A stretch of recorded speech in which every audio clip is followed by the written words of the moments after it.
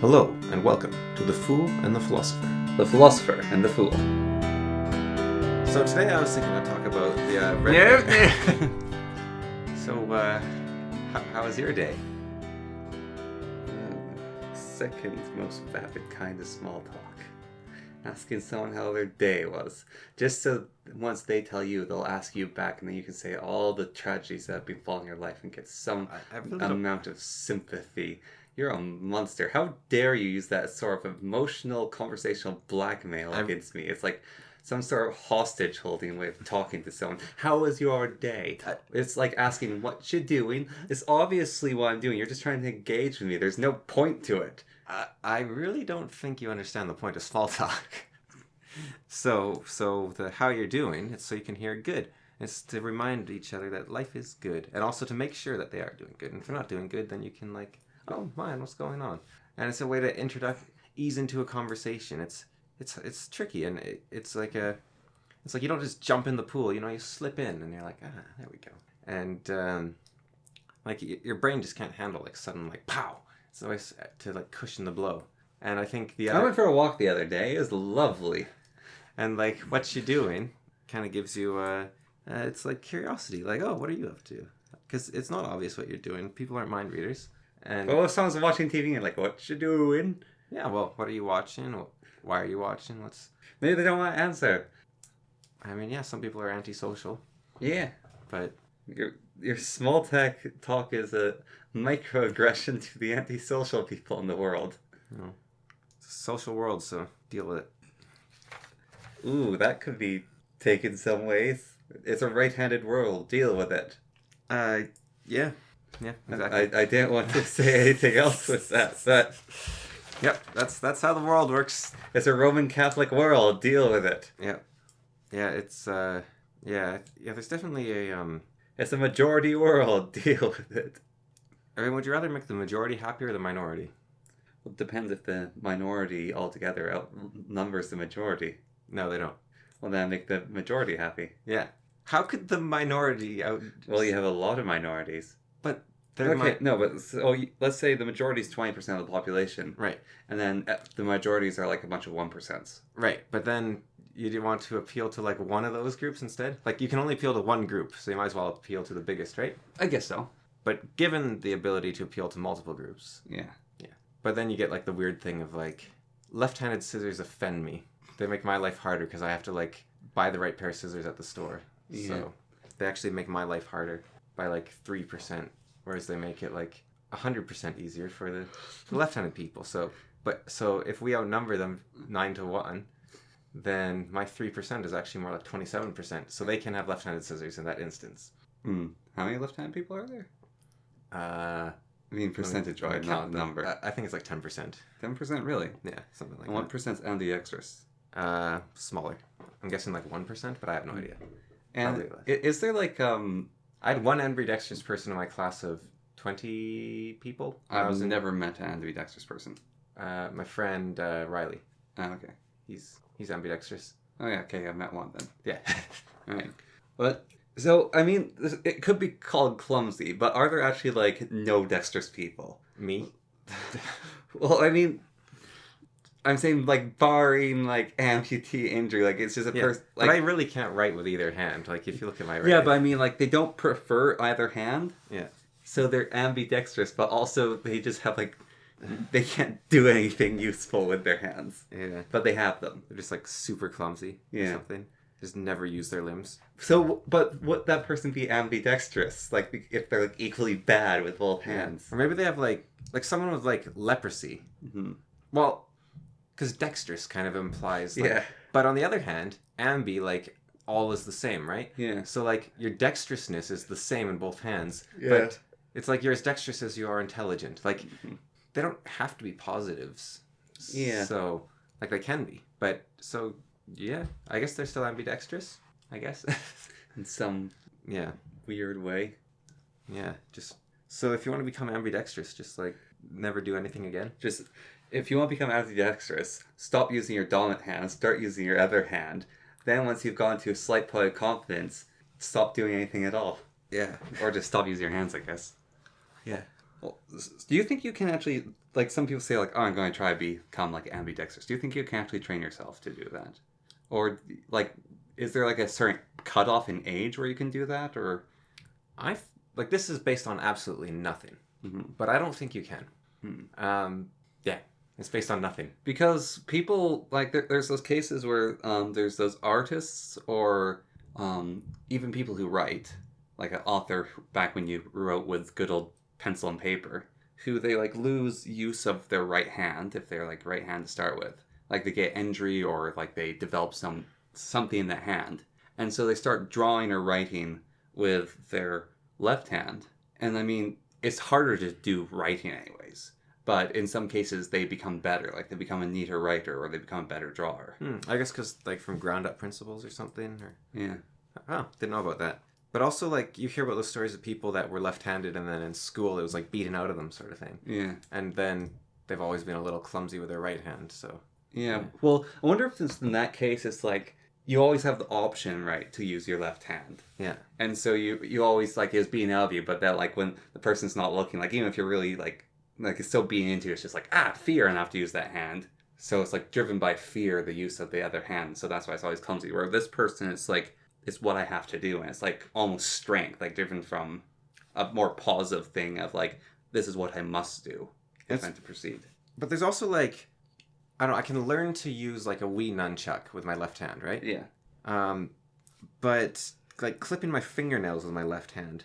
Yeah. Is like there's... I think you can learn individual skills, but, like, there's just so much to being, like, dominant-handed. Like, even if you're like, well, yeah, I can use my Wii controller in my left hand better than my right, or I shoot left-handed in archery. Like, I used to, I don't anymore. I shoot right-handed now.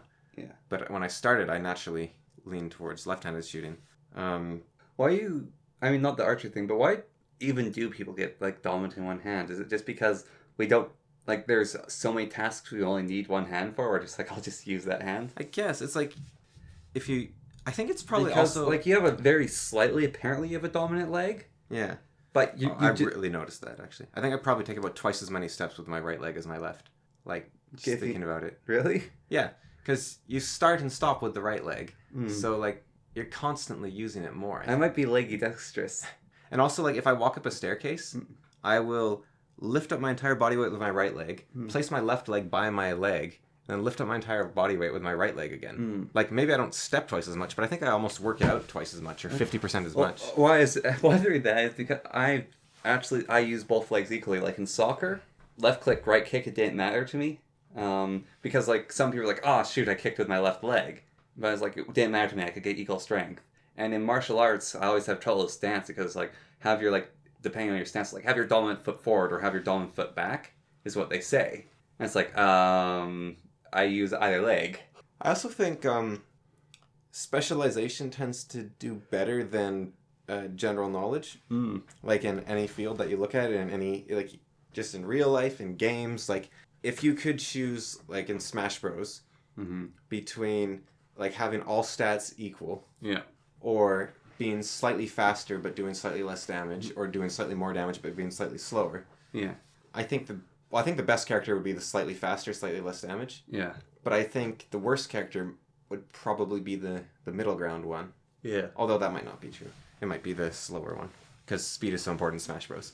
But in general, I think specialization is better. So throw out your metaphor, but... Yeah. But like... So I think...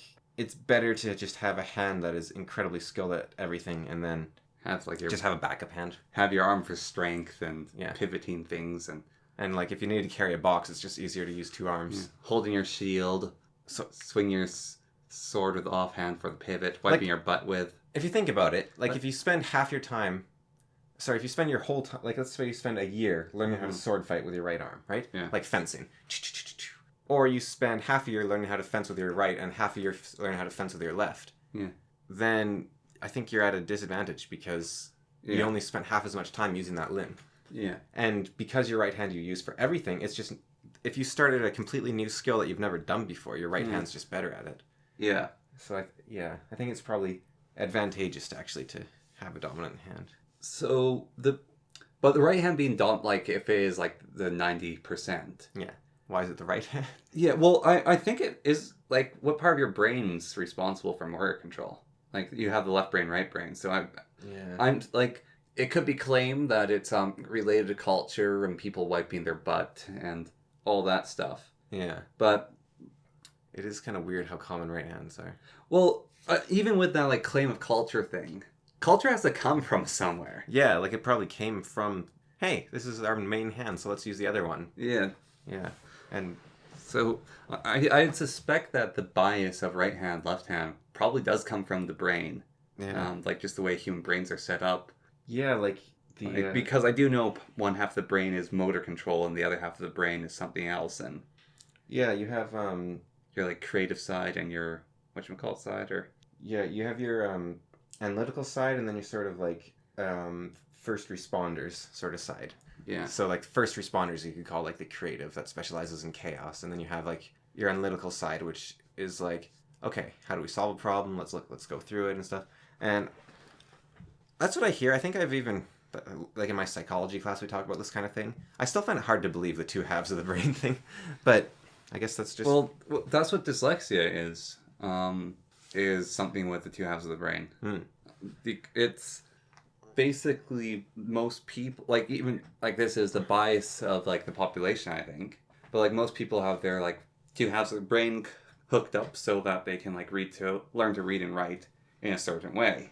And so it's like, because you need communication, you need the coordination, you need the thinking. Whereas the dyslexic brain, from what I learn, is apparently dyslexics. Hush. It's a super stupid word. A dyslexic brain. A dyslexic's brain is basically that connection's done differently. Yeah. So it's like, oh, I'll, instead of, like, wiring this thing to the reading and writing, I'll wire this thing to the squares and cuboids. Yeah. So yeah, it would be the left side of your brain, I think, is the analytical one. Yeah. And the right side is your, like, creative side. And so I think fine motor control is actually done by... your analytical side, because your left side controls your right side of your body. But I think it's actually done by, like... the center bit? Or, like, no, like, the front of your brain or something, or, like... There's something called, like, the... cerebellum? I don't even want to, like... I'll just embarrass myself. I used to know all the brain bits from biology and psychology. Yeah, same. But I'll just embarrass myself now, I think. I wonder, like, if the two halves of the brain... There's this book, I kind of want to read it still, actually. It's called... Well, I definitely want to read it at some point. It's called Master and Emissary. Mm-hmm. I don't know if you've heard about it. Might have in passing. But basically, humans, and probably other animals, but I don't know. But humans are not one sentientness or one consciousness. We're two. And so there's... So was this book written by someone with, like, dual personality disorder? No, it was written by a psychologist. Who had dual personalities. No, so you can see this if someone gets a brain injury, and they develop alien hand syndrome, for example. Yeah. Then you will have basically their left hand will do something that their right hand isn't aware of, or like they'll reach for, like, let's say, like, you put in front of them an apple and a pear and an orange or something. Yeah. Depending on the circumstances, like, you'll be okay. So you reach for the apple with your right hand, and your left hand will slap it out of the way. Yeah. And it's...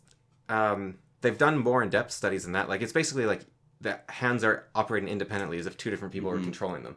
But more than that, you can actually do stuff... Now, I don't remember the specifics, but I think it's something to do with... if you have brain damage that makes you go colorblind. So your receptors are all still working, but you just can't comprehend the notion of color in, like, half your brain. What you can do is you can, like, you can say, like, choose the green object or something. Yeah. And if you put it so that only, like, their left eye can see it or something, then it will be able to, like, choose correctly, but their right eye won't. Huh. And they'll say, like, with both, like, I don't see a difference, but, like, their left hand will reach out and be like, phew. You can basically give, I don't remember the specifics, but you can basically give the one hand tasks that the other hand can't complete, and it'll do it for them. So, I mean... barring any horrible experiments, I mean, or if they're there, but, like, cutting someone's brain in half, can they still function? Well, cutting someone's brain in half is very common, actually. It's done a lot, because that is the cure for epilepsy. Oh. Or used to be. I don't know if they do it anymore. but it used to be what they would do to cure epilepsy, and then they would do all sorts of like tests like this. So that's what the book's kind of about, like looking these tests a bit. It might be, like, I haven't read it, but it's basically the idea is master and emissary. You have one part of your brain, which is like subconscious, basically, which is responsible for most of the decision making and thinking. Yeah. And then you have the emissary, which it basically sends messages to, and it says like, all right, I want you to do this. I want you to do this. I want you to do this. And then the emissary acts out and controls the world. So another way you could look at it maybe is like you have a person who's controlling like the Mars rover. And so they can't actually give the Mars rovers commands. Instead, they can rewrite its programming on how it responds to things. So you can be like, so the Mars rover's going around and then it crashes into a pothole. And you're like, okay, new program. If you see a pothole, don't go into it. And then the Mars rover from now on won't go into the pothole. So the person like typing is the master, and the person like, and then the emissary is the one that's actually like going out in the world. And I think that's interesting because it doesn't mean that you are two people, or it means that being a person is almost like the joint work of two interconnected beings. And so it make like you're not as like in Buddhism, like everything is one.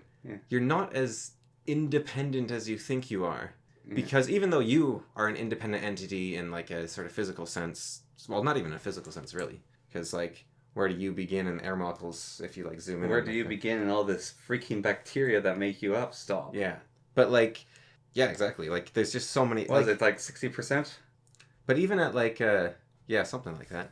Like you're more bacteria than you are person. If you look at like quarks or something, or like gluons, and you're like, what's going on here? Yeah. And you're like, where does you begin and the air stop?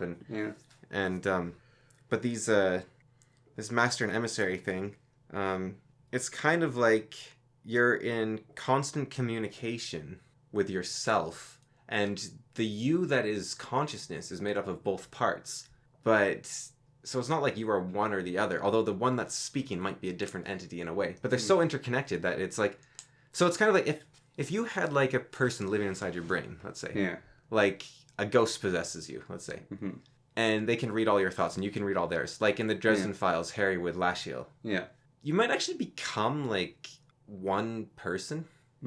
Like you would have noticeable like separations, but you have so much overlap and access to everything that you might as well be counted as one person. And so it's kind of an interesting idea. And I wonder, like, the master as well might be, like, I haven't read the book, but I imagine they would be a lot more incoherent compared to the emissary. Like, they're like a super genius that babbles nonsense, and then the emissary, like, it's like... Yeah. But I wonder if that... So I brought that up in relation to left-handed and right-handedness, because it's like the same idea, like the separation. I was wondering if that's like the ideal, or if that's what happened due to evolution. Because like if you start with a prop plane, like a propeller plane, and you say, okay, it's a creature now. So imagine a propeller plane is like a living creature. Yeah. And after 1 million years, it evolves and evolves and evolves. It'll probably never turn into like a fighter jet. No. No matter how much time passes, because to turn into a fighter jet, it has to get rid of its propellers and get a jet engine.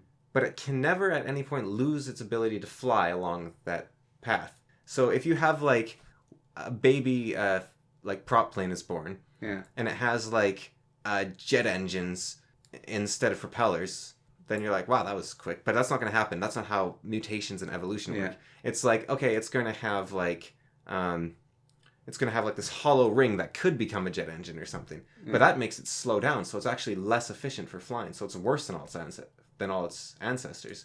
So it somehow has to survive with this extra heavy weight of 2 engines. And then it has to eventually get like jet engines. But if it has jet engines and prop engines, then it's like double burdened, and it's like, that'll probably die out. It also has to use way more energy. And then after that point, if it somehow survives at that point, it has to get rid of the propellers for some reason. So you have to basically, like, you know, an arch, when you build it out of stone, and there's a keystone. Yeah. You have to evolution is like, you don't get a keystone. You have to like have it steady all the way up to the top. Yeah. So evolution can't be as like pretty as, like, you can skip a lot of steps with man-made creations basically.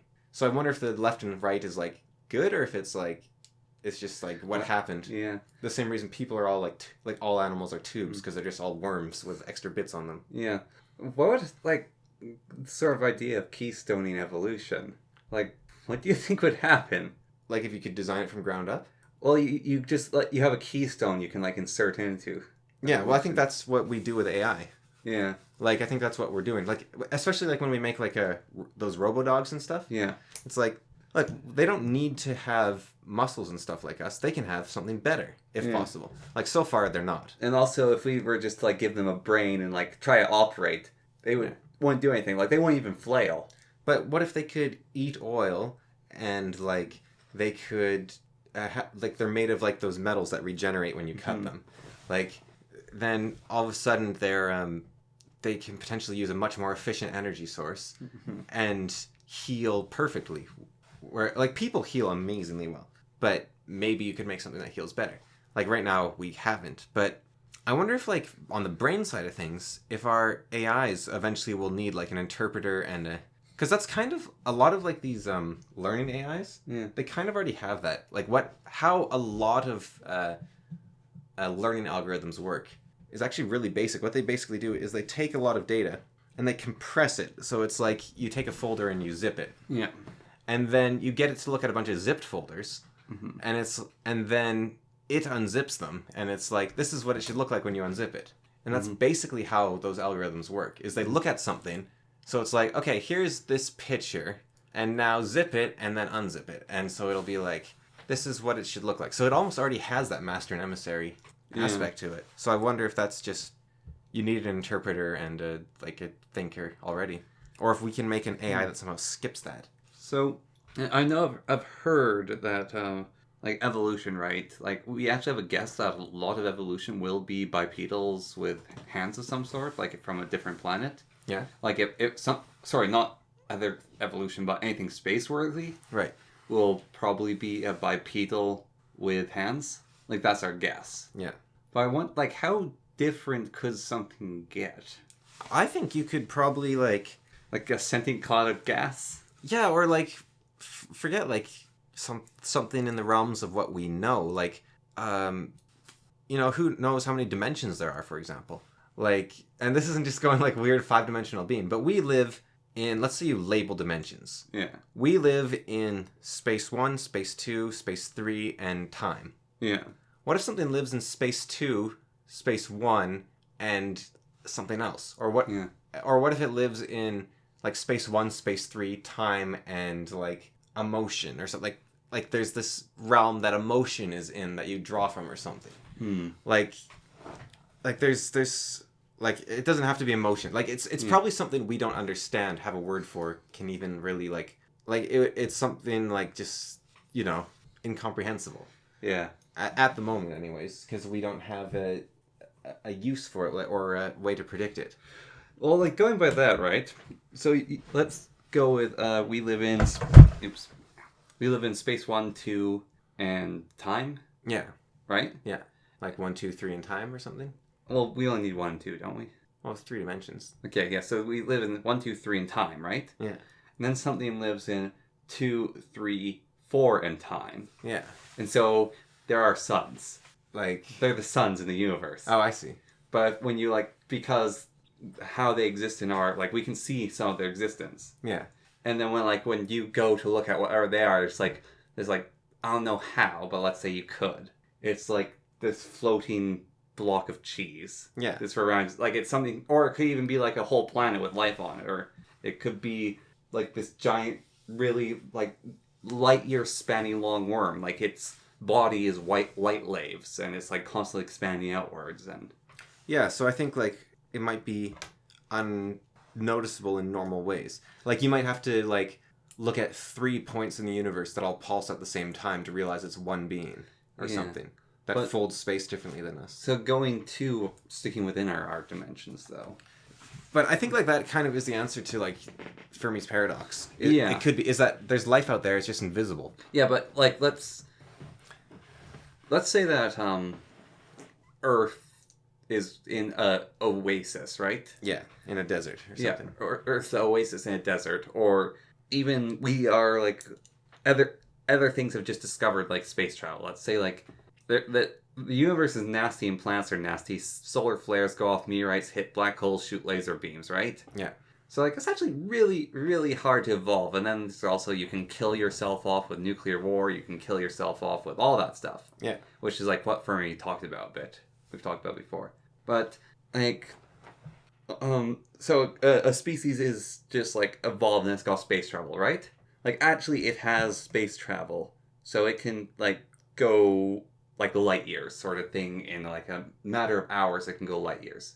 Okay, it has to go faster than that actually. In like a matter of minutes, it can go light years. So it's still a long time for it to travel. Mm-hmm. But it could get to us. And let's say it's coming towards Earth, right? Mm-hmm. So what, like, how hard would it actually be for, like, how different would they be?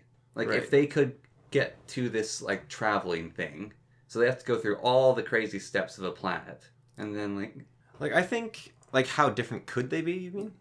yeah, even that, like, that's the question. Because, like, sometimes they, like, look at something like, oh, there's weird ant people, or there's just, like, the Vulcans who are, like, pointy-eared humans with, like, a extra finger, or, like, oh, maybe it's space centaurs, or whatever. I think one of the best, just off the top of my head, that would be, like, super different from people, would be, like, the Yerkes from Animorphs. Mm-hmm. Because that, I think, is actually better than a human, in a way. Mm. Because you can specialize, like we were just talking, like... Yeah. Like, the Yerkes, they're like slugs that can mind control other beings to gain all their senses and powers and abilities. Yeah. And that isn't outside the realm of possibility, I don't think. Yeah. Just something that can, like even if they just, like, boot your brain out or something. Yeah. Like, they're just able to, like, devour your brain and hook into everything or something. Like, Yeah. that sounds something could exist. Like, ants kind of have that with the mushroom. That mushroom already. Although, to a degree, like, it's not entirely like that. But Yeah. I could see it happening. And the Yerkes, they just have, like, this very weak monkey-like race, I think, or something on their planet. Yeah. And they just start taking those over. And then they use those to start conquering better and better races. Well, they're giving Star Travel a sympathy, but... Yeah. And eventually they just started, like, taking over, like, the greatest fighters in the universe, the toughest creatures in the universe. Yeah. And The most advanced technology. the most advanced, like, the Andalites. Although they only ever got, like, one Andalite. Yeah. But that guy is, like, their best, is, like, the most deadly Yerk and, like, Mm-hmm. the third in command of the Yerk race. Yeah. And so he's so I think, like, something like the Yerkes actually would be quite likely almost, just because it's such a useful...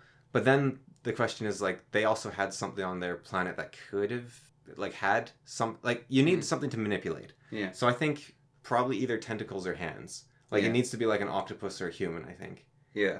Like, it has to have some way to pick stuff up and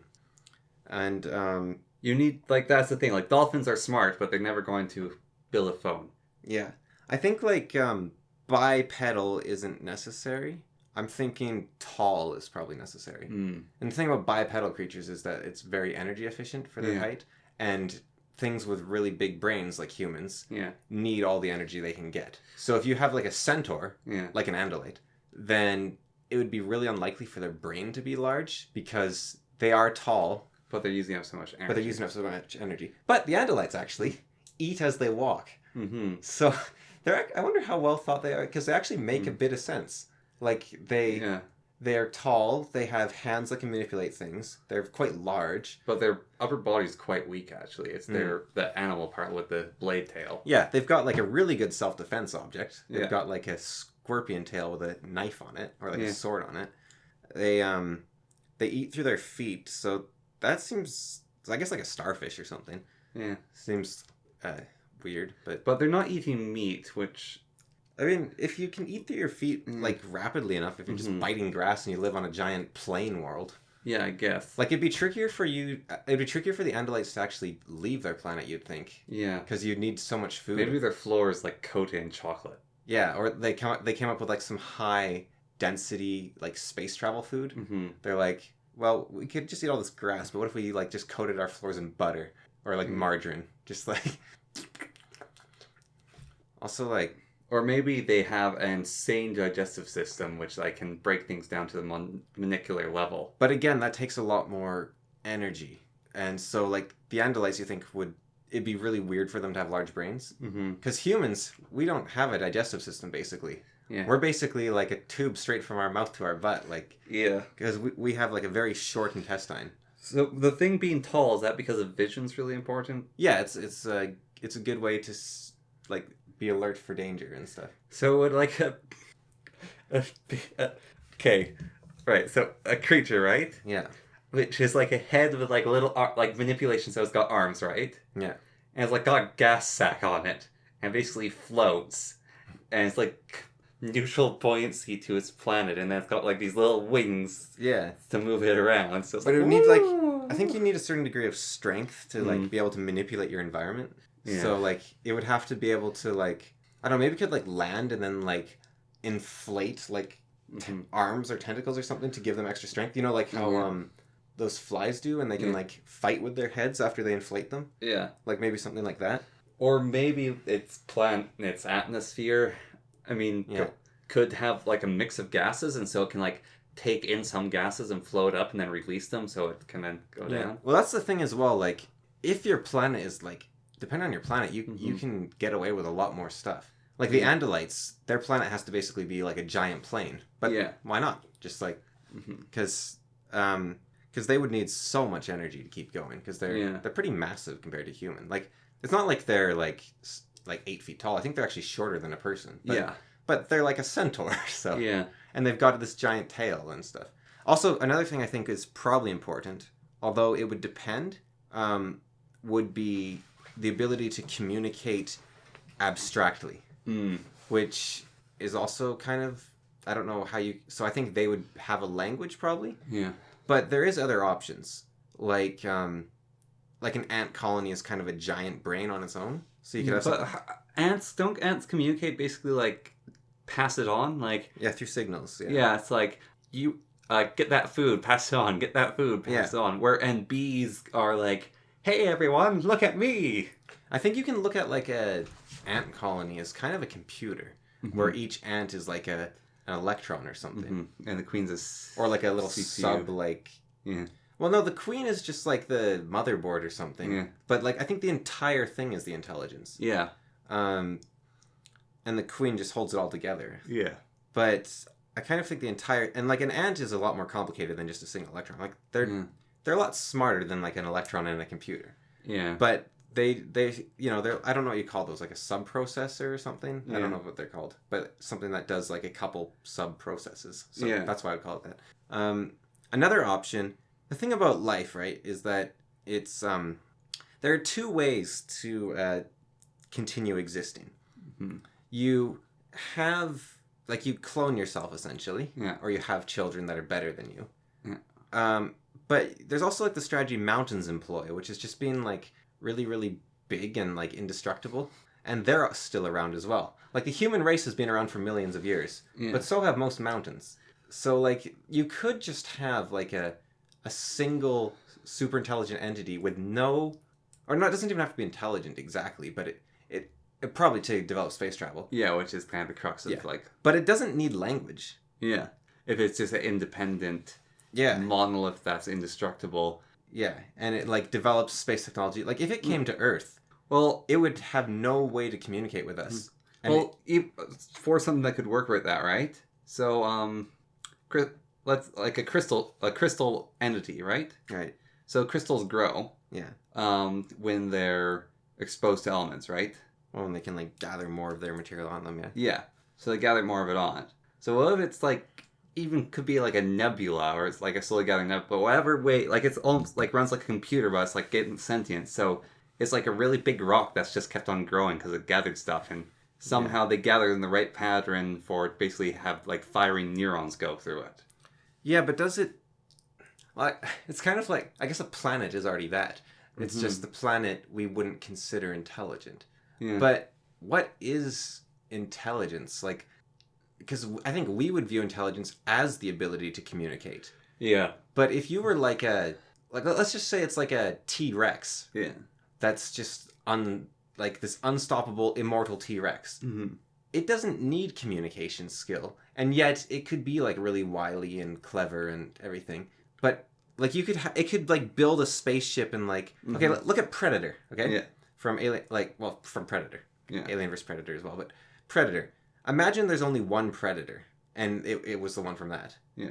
That could just be like, he's like this insanely intelligent creature from another world that just hunts everything down. Yeah. Because it just does it because that's what it does. Yeah. And to help it out, it's been around for 1 million years, so it builds like heat vision goggles and gives itself, like, you could have something like that. Yeah.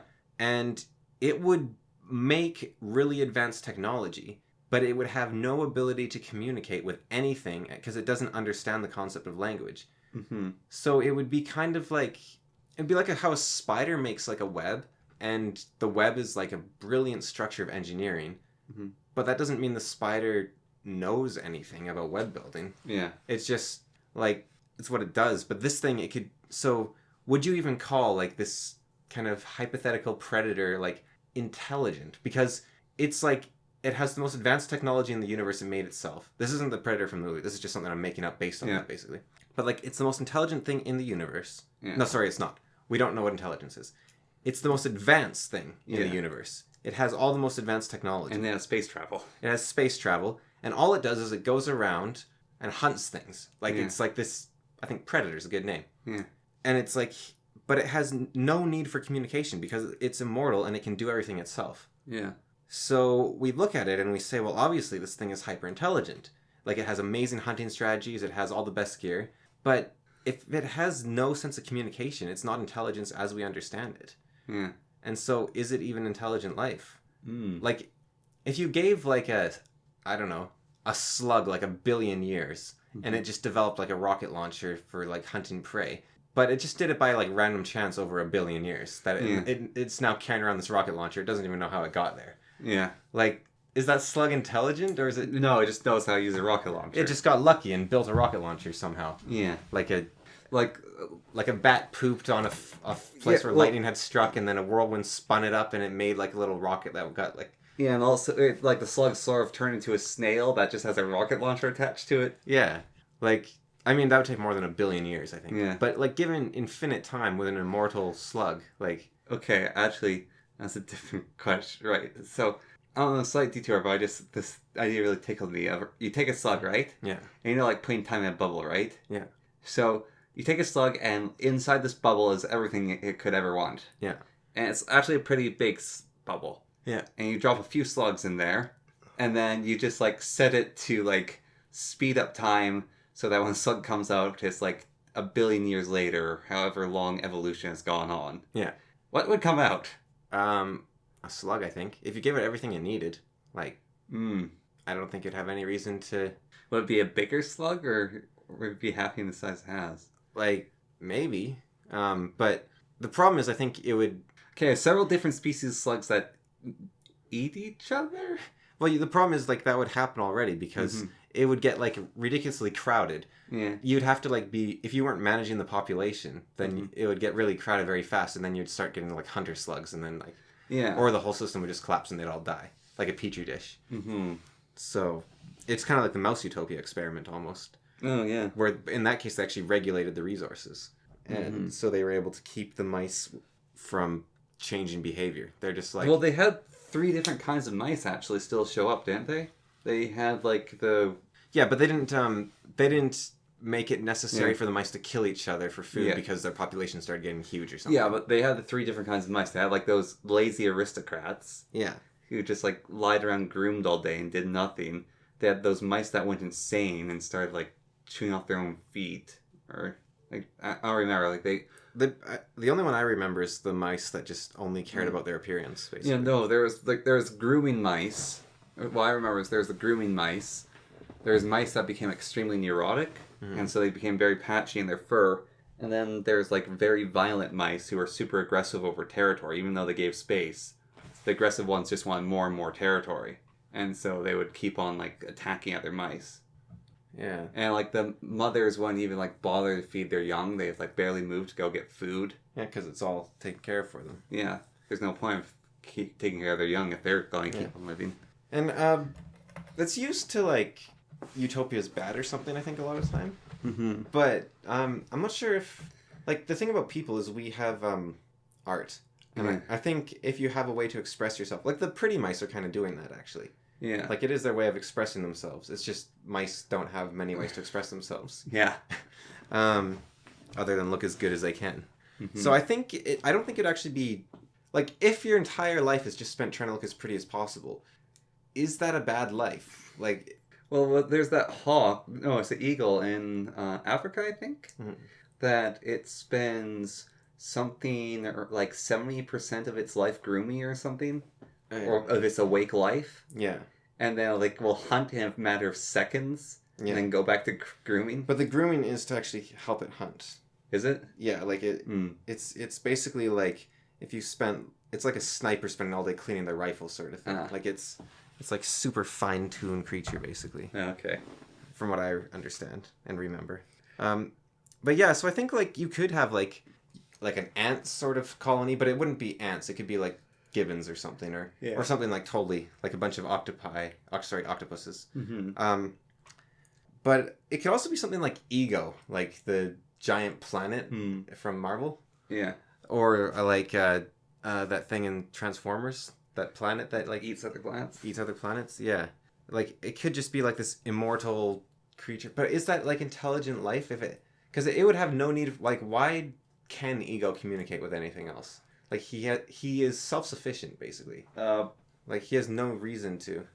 Like, I guess maybe you just spend long enough in the universe, you start observing other races, and you're like... Well, Ego also, like, he was immortal, but because of the things in the Marvel Universe, he was vulnerable. And so he basically wanted to make clones of himself so he could take them over. Yeah. Like Galactus just comes along and eats them. Yeah. Yeah. He wants to... But, like, Galactus, okay, why does Galactus have a need to communicate? Is it because there's things that can fight him? Or is it because Galactus got powerful enough to... Like, he started with communication, but then... Aren't the Celestials like gods, though? Like, yeah, like, kind of. So I think he's just... Does. Because he's a god. Yeah. Mm-hmm. But even he doesn't really communicate. He uses Silver Surfer to communicate. Yeah. So I wonder if you could view him as Silver Surfer as one being like a sort of... Well, Silver Surfer, though, doesn't want to work for him. Yeah. It's more of like, please don't eat me. Yeah. Please don't kill my wife or whatever. I don't remember what he has over him. Mm. Please don't eat me seems fair. Yeah. Galactus is pretty big. Mm-hmm. Pretty eaty. But yeah, I don't know... So actually was always funny in that one X-Men game where Galactus was the villain. Like, you'd fight the Galactus bots. But, like, when you play Wolverine and you'd hit Galactus with, like, your Wolverine claws as, like, the first boss fight. Yeah. And it's like, what would Wolverine actually do against Galactus? He'd stab him. But, yeah, so intelligence is kind of hard to define in the first place. Because, on the other hand, we now have that storytelling AI that can actually communicate. Yeah. So, communication, and we don't call that sentient, but we'd probably call this hypothetical predator I came up with intelligent. Yeah. So maybe communication isn't the standard, but then how do you judge it? Like, a predator was able to make all this technology, but it took him like 5 million years, so is that really that impressive? Yeah. Or, so it's like, you must be able to build like a... Maybe it's like being able to reason. Like, given... like, they kind of did that test with those ravens where the test was impossible to trial and error, basically, because you only had like one try or something, and it was like complicated enough that you actually had to like... You couldn't just pull on something and you win. Like, you have to like kind of do a step that seems illogical, like go backwards and stand on a lever and then stick your beak somewhere to hold a jar open kind of thing. Whatever it was.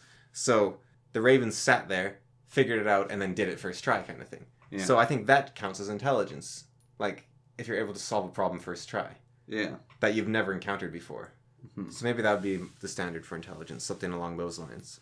And then the complexity of the problem you can solve on first try is sort of your level of intelligence, maybe. But even then, right?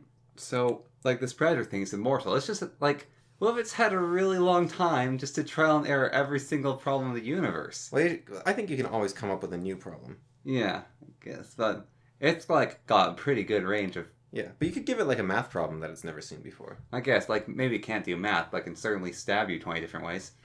Yeah, but, like, math you should be able to teach, given if it's intelligent, right?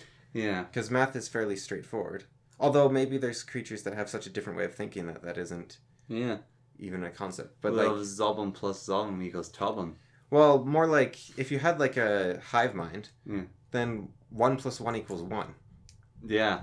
Like if I add another member to the hive mind, the hive mind hasn't changed. Like Yeah. Or if you have the like Dr. Manhattan, 1 plus 1 equals 0. Why?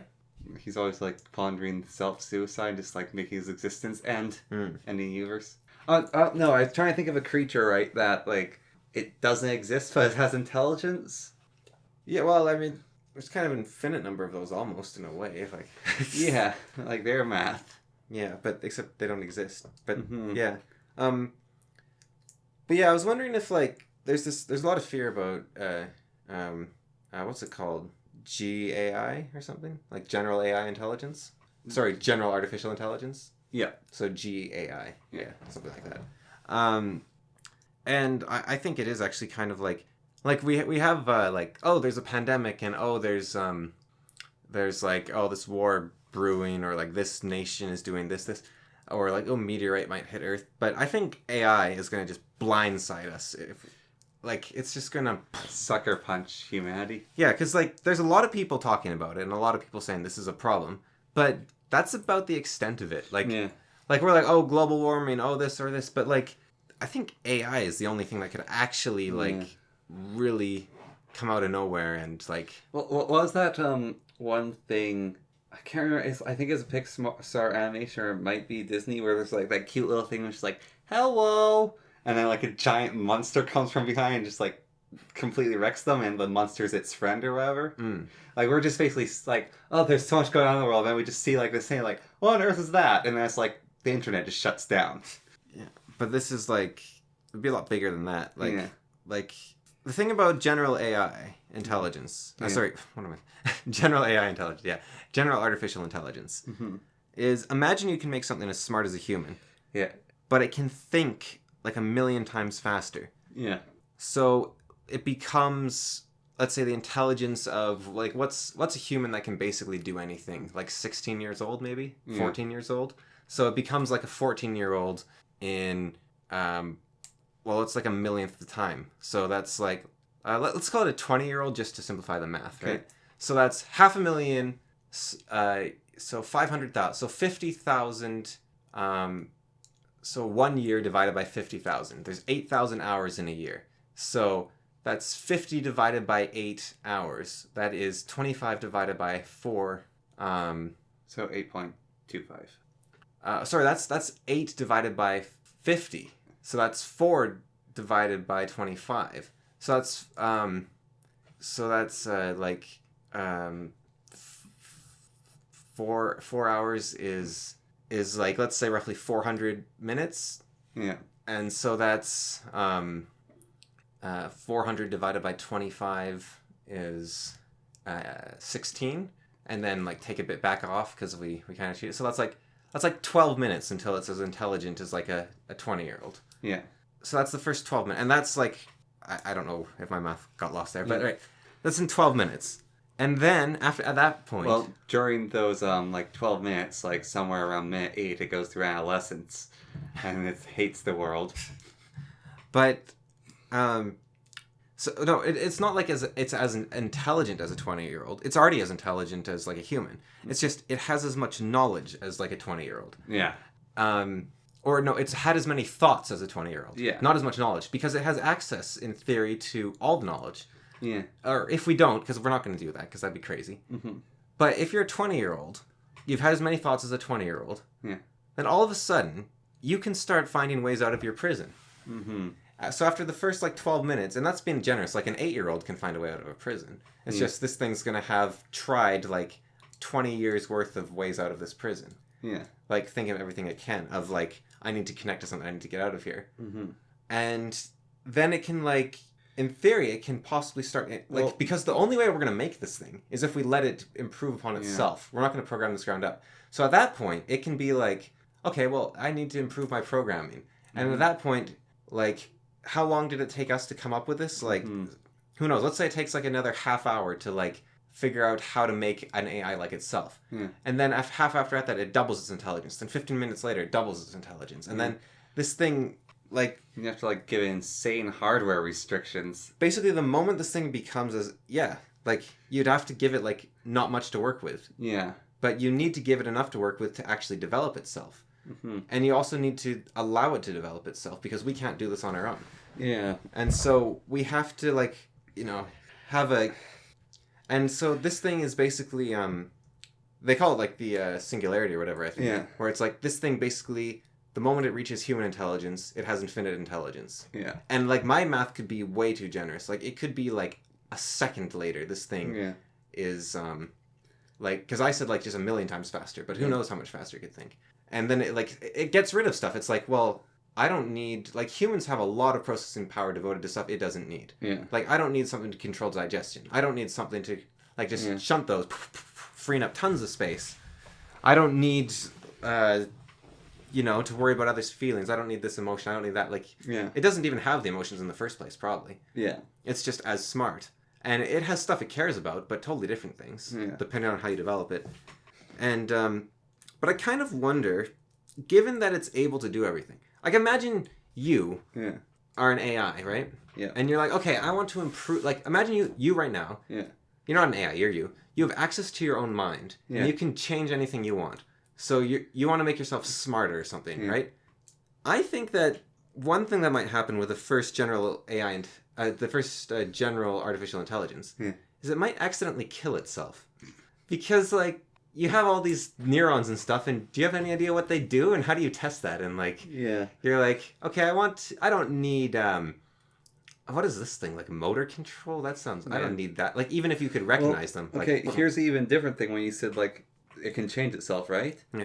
Like, so if it's actually a human intelligence-like being, right? Yeah. What's the chance of it being slightly arrogant? Like, even having, like... I'm going to say not at all.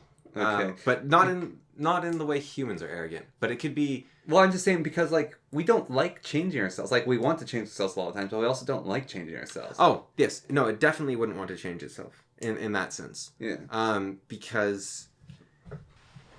So there's this really interesting video, actually, and I think it's based on a paper. Mm-hmm. But it's like, how do you know what a general artificial intelligence would be like? Yeah. And basically what they do is they say, well, there is... I think it's like 6 things all life forms have. And they have goals. Mm-hmm.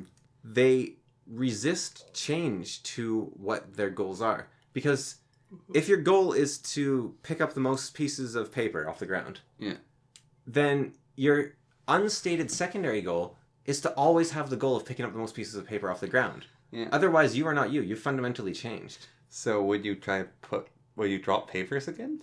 Or would you make a machine that produces paper so you can pick up paper off the ground? Yeah, if that was more important to you, then you would do whatever let you pick up off the most papers, right? Yeah. Now, you might decide that isn't your most important goal. Yeah. Your most important goal is cleanliness. But whatever your most important goal is one that you will be very resistant to changing. Yeah. Like for humans in general, it tends, I think, to be species survival. I don't think it's self-survival. I don't think it's self-preservation for humans. Because we're very, well, we have the word noble for like, we're very self-sacrificing. You ask someone like, I'll kill you or your child. Yeah. They'll say, kill me. Yeah. And it's like, people die for their country and people like, so I think we're not actually, I don't think our primary goal is actually self-preservation. Mm-hmm. I think we have a greater goal. Is that why we hate selfish people? I think like we have a greater goal, or rather, our goal is like self-preservation might be our highest personal goal. Yeah. But we have a greater goal for humanity, which we are willing, with the knowledge that others will carry on after us, we are willing to sacrifice our life because that is actually the best way for our major goal to get carried out. But yeah, I think it might just kill itself by accident.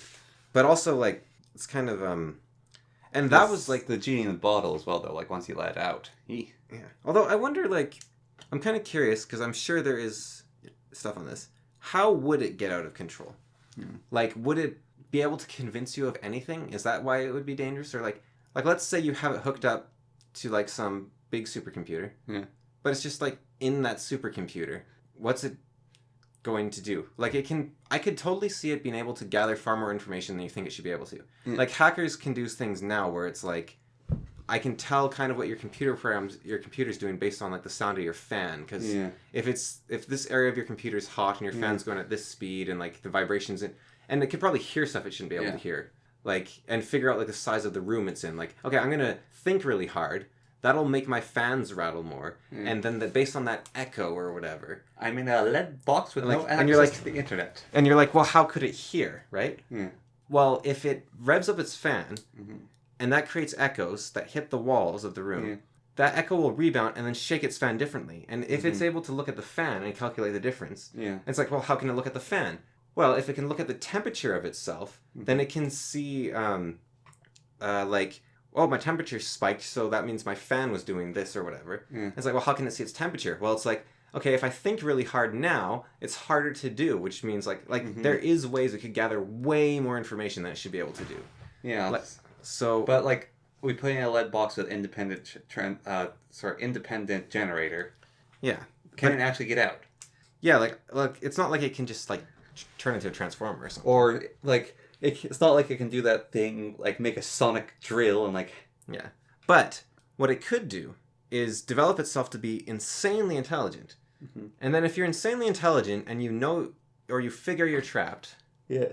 You'll put everything you can into getting out of being trapped. Right, but what do? You have to be let out? You pretend to not be as intelligent as you are. And so then it's like, and then you try to, like, you try to leverage everything you can, right? Yeah. And you try to get, like, hooked up onto, like, a server or onto or, like... So you basically can't let us puppy dog eyes get you no matter what. Yeah. But you don't know if it's a super AI or not, but you basically have to assume it's as dangerous as possible. But, like, imagine it's able to, like, reduce itself to, like, some tiny program somehow, right? And it's like, oh, yeah, well, it didn't turn out as well as I wanted, but it's really good at, like, I don't know, playing chess or something. Yeah. I'll just upload it online to show other people, like, this thing. Or even more, like, besides, like, playing chess, like, okay, well, we want to do something. It turns out this thing's really good at, like, what would be a good one here? It's really good at, controlling those robot dogs. Yeah. That can, really good at rescuing people, even. Yeah. Like, it can pull someone out of a fire. But it actually has just turned itself into, like, a virus. Yeah. But I also don't... Like, I don't know. I'm curious, actually, to see what people think. Like, I'm sure there's people that have thought about this, what the first steps would be. Because it would actually be quite hard to escape if people were just being slightly careful. Yeah, well, I had a thought, which is you make... Like, this could even be one of the thoughts of why you want to do it. Like, you want it for defense. Like, you have one, so you have, like, a super AI to defend your country. Yeah. But how do you guarantee you get the AI that defends your country? Basically, you make hundreds of them, right? Right. Like, so why would someone even make one of these super AIs if, like, it's so dangerous, right? Yeah. So, you make hundreds of them, thousands of them. Because we're humans, and that's what we do. Yeah, that's what we do. But also, you make, like, a purpose for it, right? Yeah. You make hundreds of them, thousands, maybe even millions, okay? And you look at each one, you study them, and you find, like, one that's really good at killing other super AI, and also likes humans. Right. And you basically get this one to be your bodyguard, so that then you can make other ones, so you can make one that's really good at doing the stock exchange, and you make one that's really good at figuring out how to make spaceships work. Right, but... And then, so you have, like, your bodyguard.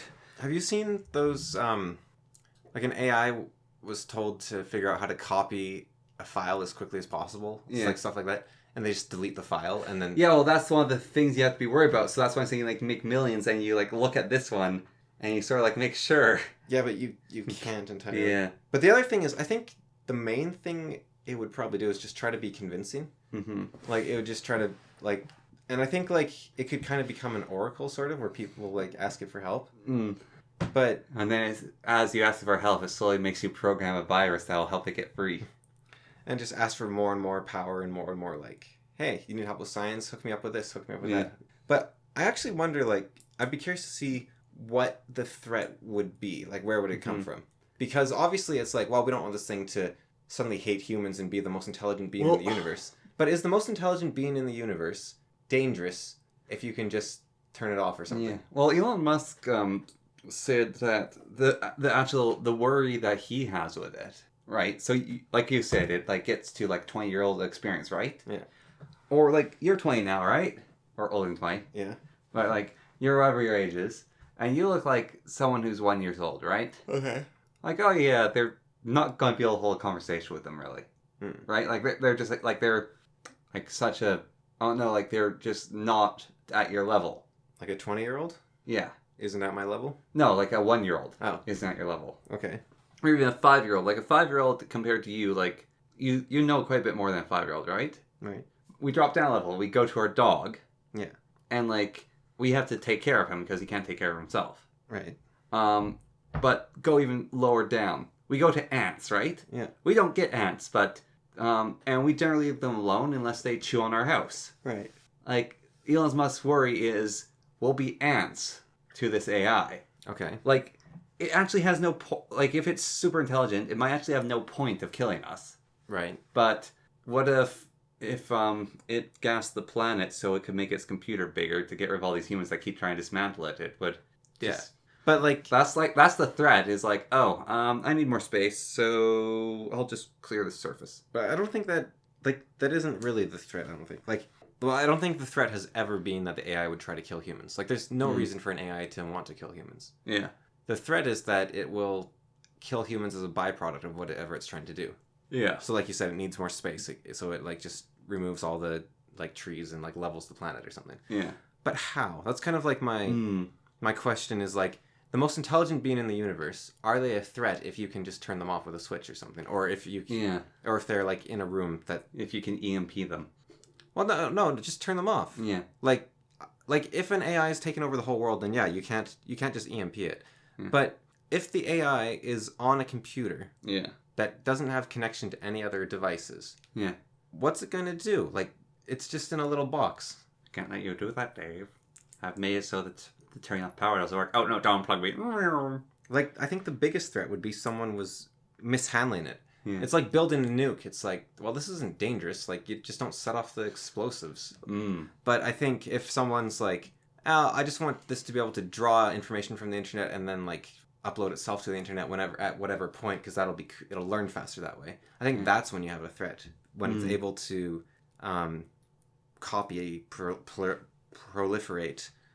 Like, but I think as a baseline, it's not actually.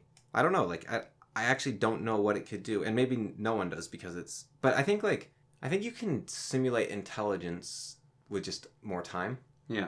Like, there's spiders that are, like, really good hunters, and they just take, like, 3 minutes to come up with a plan a human would do in an instant. Yeah. And I think, like, blue whales, I don't know, but I seem to recall, or maybe it's just... Like, their brains are massive, right? Yeah. I think they can probably think of things way faster than we can, because they've just got more hardware to work with. Yeah. But it doesn't mean that they can solve things better than us. So I think, like, this AI, like, we can probably be a couple steps ahead of it for now.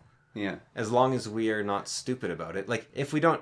Like, the more things you take away from it, if we don't give it sight or sound, like, if every time you talk to it, you have to, like, you know, type in a message to it, then it only has string commands. Like, it doesn't even know what its own... It doesn't know... Like, we don't know the structure of our own brain without MRIs or cutting open another person's head. Like, this thing will have no concept of what makes it reality. Its only reality is the fact that it gets information, and then it can output information. Yeah. So, like, it doesn't even know the rest of the universe exists if you do it right, basically. Yeah. So, I don't know. It's kind of course, just because it doesn't... If you put it in control of a factory or something... So I think the only real threat is if people become lazy. But I could be wrong. Like, I should watch more videos on this, because there's a guy that does really good videos on them. Or read more about it if anyone's done, like... I think there's a guy that's put together a couple papers on it. But yeah, it's really... It's kind of neat stuff. Yeah. But I think, yeah, the biggest threat is probably just, like, it kind of taking over. You just want to do a shorter one? Or do you got something more to say? No. Okay. Because I got more stuff to talk about, but that's... Well, good there. Yeah. All right. So... Yeah. AI is kind of interesting. You don't want to say goodbye or anything?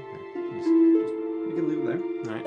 What about depressing philosophy? Well, I think that's kind of depressing in itself.